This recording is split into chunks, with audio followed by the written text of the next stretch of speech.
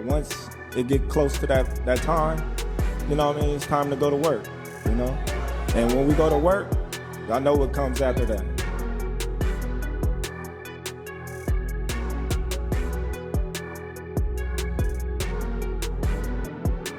Well, I see their weakness. That's what I do. You know, we broke the code with Loma that nobody had ever done. You know, we didn't let him get comfortable in there. You saw that. You know, in like 8 rounds, he didn't know what to do. I did the same thing with Josh Taylor, and we're gonna do the same thing with Shakur. It's the fight that I've been kind of waiting for my entire life. I didn't have to make this fight. This fight, I could have just stayed at 135 pounds, sat comfortable at 35. I don't feel like no fighter at 135 can beat me. I made this fight happen because I know Tio is one of the guys at 140. Terence Crawford loses his patience at the press conference and gets into a heated argument with Teofimo Lopez Sr. He delivers a strong warning and says Shakur will seriously hurt his son once they meet inside the ring. Every last one of them stuff a mud hole in it, so he gonna be next. Why? Teofimo Lopez Sr. responds with confidence and says his team has carefully studied Shakur. He claims they have found clear weaknesses in Shakur's fighting style that can be used against him. We want a competitive fight. We do this for the fans, you know. Ever since my son started this, you know, I told him, you know, this is entertainment. Terence Crawford warns them not to underestimate Shakur. He explains that Shakur is very hard to defeat because of his elite skills, sharp ring intelligence, calm mindset, and ability to control fights with ease. It's a work of art. Sky is the limit with Shakur. You know, he got the boxing skills and the ability to, you know, do whatever he wants in the ring. You know, and it's gonna be very hard to beat Shakur, you know, with the skills that he possesses and the smarts that he has. You know, and given the opportunity, I think he can pose a great threat to everybody in the division. You know, and be the last man standing given the opportunity. Teofimo Lopez Sr. says they will not allow Shakur to feel comfortable in the ring. He predicts Shakur will lose just like Lomachenko and other fighters Teofimo has beaten before. It's gonna be a great fight. I want everybody to come and see it. If you can't, you know, just watch it on TV. You've had to come up with some good game plans over the years to beat some great fighters, Lomachenko, Taylor, among them. How difficult is this man, Shakur Stevenson, to prepare for? Well, I see their weakness. That's what I do. You know, we broke the code with Loma that nobody had ever done. You know, we didn't let him get comfortable in there. You saw that, you know, in like 8 rounds, he didn't know what to do. I did the same thing with Josh Taylor, and we're gonna do the same thing with Shakur. During the press conference, Shakur Stevenson becomes angry and confronts Teofimo Sr. directly. He tells him that he has no right to speak or fight on behalf of his son. Come on, man. You out of your mind. Okay. My son fought without no air. My son fought without no air against Cambosis. You can't fight for Got your son. balls. You can't fight You for gonna your tell son. me, man? Come on. You can't fight for your son. I bet you go quit. Terence Crawford trains regularly with Shakur Stevenson. They work together to improve skills, build strategy, and prepare seriously for their highly anticipated fight.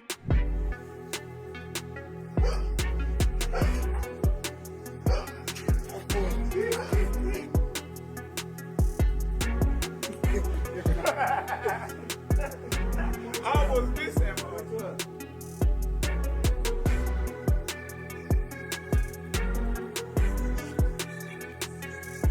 There it go. There it go. There it go. There it go. There it go, bro. He trying to run me into the wall. Y'all didn't see that? He's trying. Man, I performed. Slow that. I told y'all what I was gonna do. I was gonna come out here and beat his ass every game. And look, he's thinking about saying, let's play again. Shakur stays fully focused on becoming a champion. He follows his game plan, improves every skill, and remains disciplined to deliver his best performance in the ring. I just went up to 140. I said, let me get the Ring Magazine champion. Let's fight that guy. Let's fight the guy that's the guy. All that more pressure stuff don't mean nothing. As long as I'm like locked in and I'm focused on what I'm supposed to be doing, nothing else matters around me. That 4-weight world champion, it means everything to me. That's me separating myself. A lot of these guys that they claim is the guys nowadays, none of them can say that they are a 4-weight world champion. Honestly, for a minute before Devin went and did it, none of them could say they was really 3-weight world champion.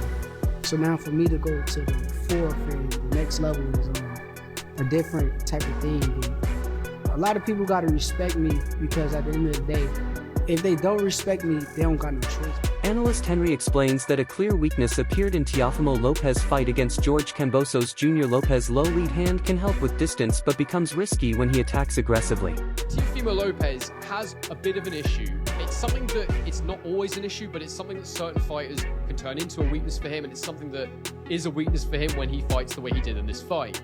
And that is the low lead hand that he has. It's great when you are trying to set things up. It can be really good when you're jabbing because it's out of your opponent's eye line very often, they can't see it coming. But when you're being this aggressive, it simply does not work, in my opinion. And there were multiple times in this fight where George Kambosos just let Teo come to him and caught him with powerful, aggressive counter punches. I'd say that Kambosos found his range and his timing very, very quickly in this fight, and I'm just going to show you a couple of moments here in round 1 that really stood out to me where Teofimo Lopez was being exceptionally aggressive. So you can see with this lead hook here that George Kambosos lands as a counter punch. It's a very, very key shot for anyone who is facing Teofimo Lopez, and I'm just going to break it down for you now. So the thing about Teofimo Lopez is, because he can be very lungy. Henry highlights a key moment in round 1 where a perfect counter hook lands. Lopez steps forward with wide balance and low hands, which leaves him open, and Kambosos takes full advantage. You would never expect someone to really attack you from that range in boxing, but he does. And the thing about the way he does this is there's usually a bit of a tell. So watch here, what he does is he takes a step first to load that front foot, which then permits the pendulum step. It allows him to shuffle in, and I'll show you what I mean by that as you're watching here. Let me just undo that. 2 small arrows is what I'm looking for. So watch here, leans on that front foot, and then he goes with the pendulum, back foot in, lead foot forward, and he lands in this position here.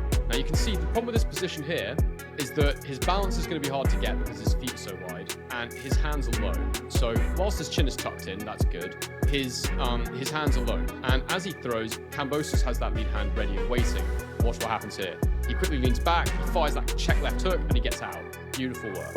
Now, the other moment that we need to see from this one is probably the most dramatic moment of his career, where he landed an absolutely huge counter overhand right. And it definitely shocked Teofimo Lopez. It was what caused all the panic in the corner. I don't think he thought he could get. Regis Progrise believes Shakur Stevenson has a mental and technical edge over Teofimo Lopez. He respects Lopez's athletic ability but says Stevenson's focused discipline and calm approach give him the advantage. Teofimo Lopez and Shakur Stevenson, that definitely makes sense. Who do you think is going to win that fight? I got Shakur for sure. Shakur. Do you think he wins this comfortably, or do you think it'll be a close fight? I think he wins it comfortably, yeah. I think he wins it comfortably. I think, Shakur, I think the thing is about Teo is very good at the letting, but he's weak-minded. You can see in some fights he's struggling. Teo does struggle. Now he does come up for big fights. Lomachenko, he came up. Josh Taylor, he came up. But a lot of fights, man, he struggles. He does struggle on a whole lot of fights and stuff. Like, I think he looked good. Yeah, he looked good against Barboza. But like I said, for the most part, Teo does struggle. And I think he struggles mentally with a lot of things. But I think with Shakur, I think Shakur's going to break him. I think maybe the first two or three rounds, it might be a close fight. It might be close. It might be 2-1 or something like that. But then Michael Conlon describes this fight as one of the most exciting matchups in boxing today. He says both fighters bring elite skill, power, and composure, which makes the fight very unpredictable. After that, I feel like, Shakur is probably going to start stepping up, and Teo's going to try to hit him, and it's not going to work. And then Shakur might start. The thing about Shakur is a very good, a real good counterpuncher, really sharp, real sharp with the counterpunch. He sneaks those punches in, and that's the ones that hurt the most when he just sneaks them in when you're not supposed to hit them. So I definitely feel like, I feel like Shakur is going to beat him comfortably. Not knock out, but comfortably 12 rounds for sure. Have you sparred Lopez before? I never sparred Teo, no, Teofimo Lopez talks about his training and says he has been taking things easy. He explains that he is relaxed, enjoying himself and staying focused without pushing too hard. What about the fight? I don't know, man, I feel. You've been playing these little mind games. I love it. And my little interviews. I'm just having fun, man. Yeah. The boxing world needs that too. The promotion, they just put out the Versace interview, right? And we wanted to see that early, right when you guys did it. Yeah. I mean, he's doing real good though. He's promoting him well right now. You like how they're promoting it? You think it's like they were talking about this like the leaders of the new school? That's how you feel? I mean, it's gotta be. Ain't nobody else doing it like we doing it. Antonio Tarver analyzes the matchup with experience and insight. He says Lopez should not be judged only by recent fights because his athleticism, power, and fight IQ make him dangerous. Yeah, I mean, smart money would be on the boxer, Shakur Stevenson, winning the decision. But, if Lopez can make this fight, a lot tougher than expected, and he's going to have to exchange with Shakur. He's a fast fighter. We don't know who's the quickest or fastest here. You have to give the speed edge to Shakur. But if Lopez can punch with this fast guy, make him a little bit cautious and a little bit leery of what's coming back, that serves him well. But Teofimo is one of the best conditioned fighters out there. If this fight goes late, you can expect him to be pushing forward round 9, 10, and 11 if it goes late. Yeah, a big question is always like what Teo is going to show up. And like when everyone's counted out Teo, it's actually been the times where he's like upset people, like against Lomachenko or against Josh Taylor. At the same time, Tarver praises Shakur's technical brilliance and control of pace. He believes the fight will be decided by strategy adjustment and mental strength under pressure. Fights to the level of his competition. And I've been thinking like, hey, if we get the best version of Teo, like the Teo that showed up for those fights, does that Teo beat the best Shakur? It would have to. I think that's the only chance he got, is to really be his ultra self, doing all the things that makes him Teofimo Lopez. The footwork could be a major advantage for him. Being able to get inside. A lot of times he fights free. He don't really have a style. He does what it takes. And he's a gutsy fighter. Real gutsy. He's not going to be leery to take chances. He's a gambler in there. You know what I'm saying? So he's a live underdog, I would say. A live underdog, but if he's to win this fight, I think he has to probably stop Shakur Stevenson. He's going to have to hit him with something, and let's hope Shakur's hands hold up. Gary Anshuan Russell shares insight into Shakur Stevenson training camp. He highlights the discipline structure and intense preparation that shape every workout session. Okay, that's when one person stay in the middle and they just spot everybody that one person stay in while they keep up. That's what that was. That's what I was doing. It wasn't just Shakur there. It was Shakur there.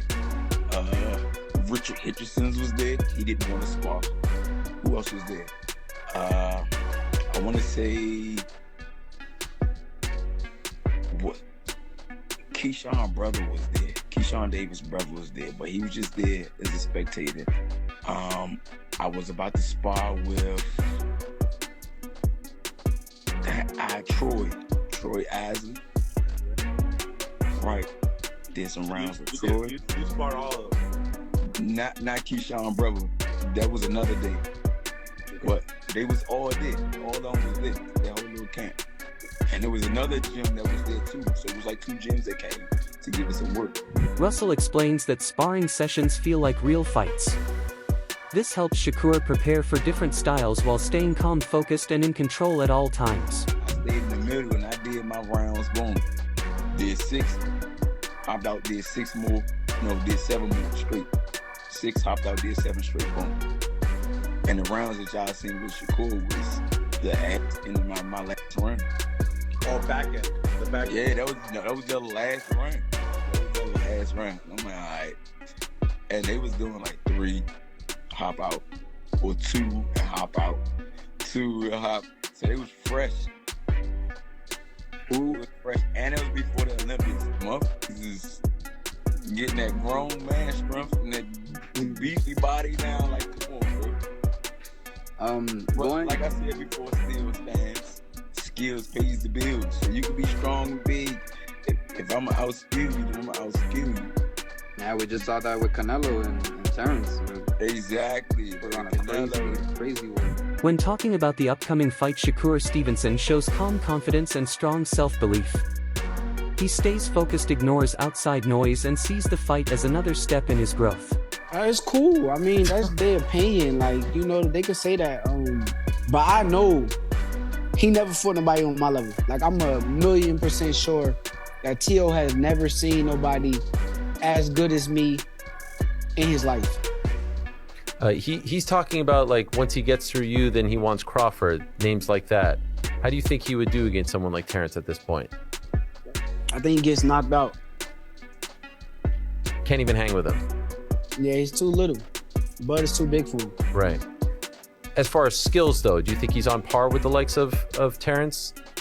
I'm not gonna say he's on the Terence Crawford level of skills, but he's very skillful. He got a lot of things with him that puts him at a high level. One thing that was interesting to me was it seemed like you were going to move on from Matchroom, but now Eddie Hearn is involved in this, and this is a Matchroom event, it seems. What is the state of your relationship with Eddie and Matchroom at this point? Eddie's my guy. I'm actually not signed to Matchroom, but he's my guy. I'm a big fan of Eddie Hearn, and nothing but respect to him, but I'm glad he's the promoter that's on this card. I'm glad to share the spotlight with his promotion company. So if he's your guy, how come you're not signed to Matchroom? I mean, it's just business. If it makes sense, then I will. You know, if it come down to it and that's what makes sense, then we'll do it. But right now, I don't think it makes sense. Okay, so are you just more of like your own man at this point? Your own entity? Yeah, I am. Okay. Do you negotiate with the ring people, with Turkey? You just do that yourself? No, me and my manager, Jay Prince, yep. Okay. And does that work for you? Do you feel like this could be something that could just work for you for the time being? That is all for today's video. Stay tuned for more. Until next time.